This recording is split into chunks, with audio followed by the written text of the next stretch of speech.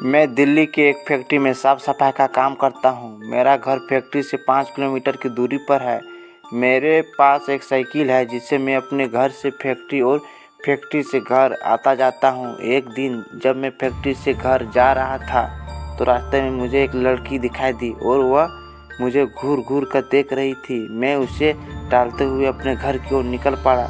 दूसरे दिन वही लड़की मुझे उसी जगह पर दिखाई दी और वह मुझे फिर से घूरने लगी। फिर मैंने उसकी तरफ पलट के नहीं देखा और अपने घर की ओर निकल पड़ा। मैं उसके पास रुका भी नहीं क्योंकि मुझे उस लड़की से डर लग रहा था।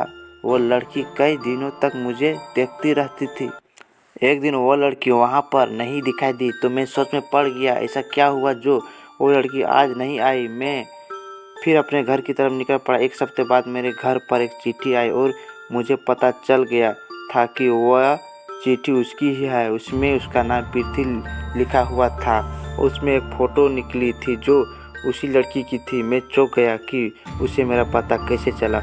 उस चिट्ठी में लिखा हुआ था कि कल जब फैक्ट्री से निकलो तो जहाँ पर मैं खड़ी रहती हूँ वहाँ पर मेरा इंतज़ार करना। उसके दूसरे दिन मैं वहाँ पर पहुँच गया तो वो लड़की वहाँ पर नहीं खड़ी थी। मैंने काफ़ी इंतज़ार किया और मैं अपने घर की तरफ निकल दिया। तभी मुझे याद आया कि वो चिट्ठी आई थी, उसमें उसका पता तो होगा। फिर मैं उसका पता पढ़कर उसके पते के अनुसार मैं उसके घर मिलने के लिए गया।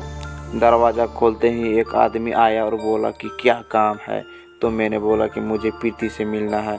तो उस आदमी ने बोला कि मैं उसका पापा हूँ और प्रीति को मरे हुए 2 महीने हो चुके हैं। मेरे हाथ पाँव कांपने लगे। मैं सोच में पड़ गया कि वह लड़की जो मुझे रास्ते में मिली थी और जिसने मुझे चिट्ठी भेजी थी वह कौन होगी। मुझे लगा कि वह उसकी आत्मा होगी। तभी प्रीति के पापा ने मुझे दिखाया कि देख लो, उसकी तस्वीर पर माला पड़ा हुआ था। तभी मैं भागकर अपने घर पहुंचा और मैंने उस चिट्ठी को जला दिया और उस दिन के बाद किसी अनजान से बात करना मैं बंद कर दिया। हेलो दोस्तों, सब्सक्राइब लाइक ज़रूर करें। Thank you.